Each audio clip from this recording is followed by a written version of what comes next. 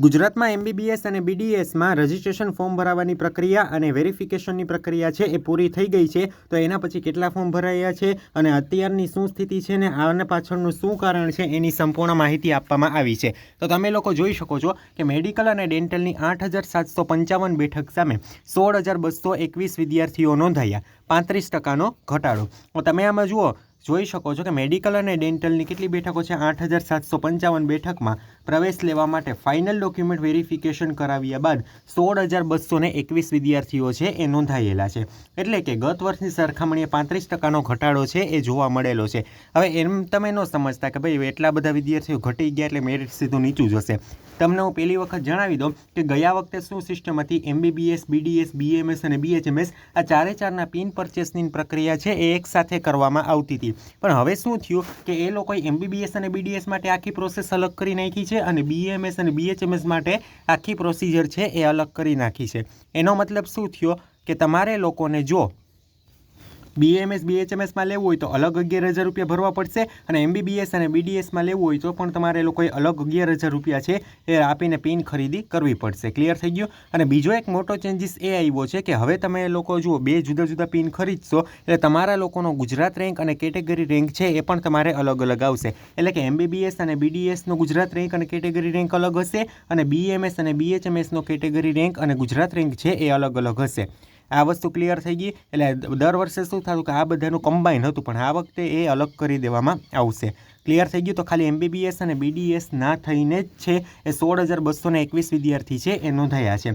અને બાકીના વિદ્યાર્થી શું વિચારે કે ભાઈ મને એમબીબીએસમાં મળે એમ નથી તો મારે શા માટે ફોર્મ ભરવું? અથવા તો એ લોકોનું સ્પષ્ટ લક્ષ્ય એ જ હોય કે મારે આયુર્વેદ અથવા તો હોમિયોપેથીની અંદર જવું છે તો હું શા માટે થઈને એમબીબીએસ અને બીડીએસમાં ફોર્મ ભરું?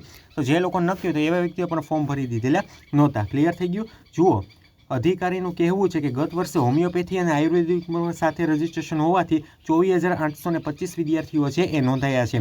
જેથી રજિસ્ટ્રેશન શરૂ ન થયું હોવાથી 8,604 વિદ્યાર્થી છે એ ઘટ્યા છે. ક્લિયર થયું? ઘટાડો થવાનું કારણ એ જ છે કે આયુર્વેદ અને હોમિયોપેથીનું રજિસ્ટ્રેશન છે એ ચાલુ નથી થયું. ક્લિયર થઈ ગયું? હવે આમાં તમે જોઈ શકો છો કેટલા ફોર્મ ભરાયા. તો કે કેટલા પિન વિતરણ થયા છે? ટોટલ 16,540 પિન વિતરણ થયા, 16,430 વિદ્યાર્થીઓએ રજિસ્ટ્રેશન કરાવ્યું અને ફાઇનલ વેરિફિકેશન 16,221 છે. ક્લિયર થઈ ગયું? હવે એક વસ્તુ ધ્યાનમાં રાખો કે ઓલ ઇન્ડિયાનો જે કાર્યક્રમ છે એમાં પણ ફેરફાર કરવામાં આવ્યો છે કે મેડિકલ કાઉન્સેલિંગ કમિટી દ્વારા છે એમબીબીએસ, બીડીએસ અને બીએસસી નર્સિંગની 15% ઓલ ઇન્ડિયા કોટા માટે પ્રથમ રાઉન્ડના શેડ્યુલમાં છે સુધારો કરવામાં આવ્યો છે અને સ્ટેટનો પણ નવો કાર્યક્રમ છે એ કરવામાં આવશે. ક્લિયર થઈ ગયું? હજુ એમસીસીનો કાર્યક્રમ શું છે? 15 ઓગસ્ટ બપોરે 2 વાગ્યા સુધી રજિસ્ટ્રેશન છે, સાંજે 5 વાગ્યા સુધી ફીની ચૂકવણી છે. આ કોના માટે છે? એમસીસી માટે છે. ક્લિયર થઈ ગયું? અને એની ચોઇસ ફિલિંગની પ્રક્રિયા છે એ 17 ઓગસ્ટ સાંજે 6 વાગ્યા સુધી ચાલશે અને ચોઇસ લોકિંગ છે 17 ઓગસ્ટ સવારે 10થી લઈને 6 વચ્ચે થઈ શકશે અને એનું પરિણામ છે 19 ઓગસ્ટે જાહેર થશે. આ વસ્તુ ક્લિયર થઈ ગઈ? એટલે આ તમારી એક અપડેટ આપવાની હતી. હવે સૌથી મોટો પ્રશ્ન તમારા મનમાં શું ઉદ્ભવે છે કે મેરિટ છે એ તમારા લોકોનું કેવું રહેશે? તો તમે એમ કહો છો કે ભાઈ 16,000 વિદ્યાર્થીઓએ છે એ માત્ર વેરિફિકેશન કરાવ્યું તો હવે મેરિટ કેવું રહેશે? તો તમે હજી પણ સમજો સીટ છે એ તમારે ઓછી છે.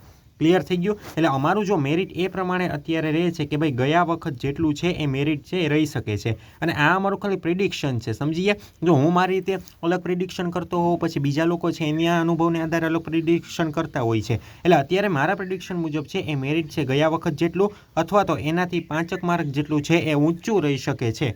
ક્લિયર થઈ ગઈ આ વસ્તુ? અને હવે જે પ્રમાણે ફોર્મ ભરાણા છે એ પ્રમાણે તમારે છે ને ચોઇસ ફિલિંગને એ પ્રોસિજર કરવી તમારે માટે ખાસ મહત્વપૂર્ણ છે.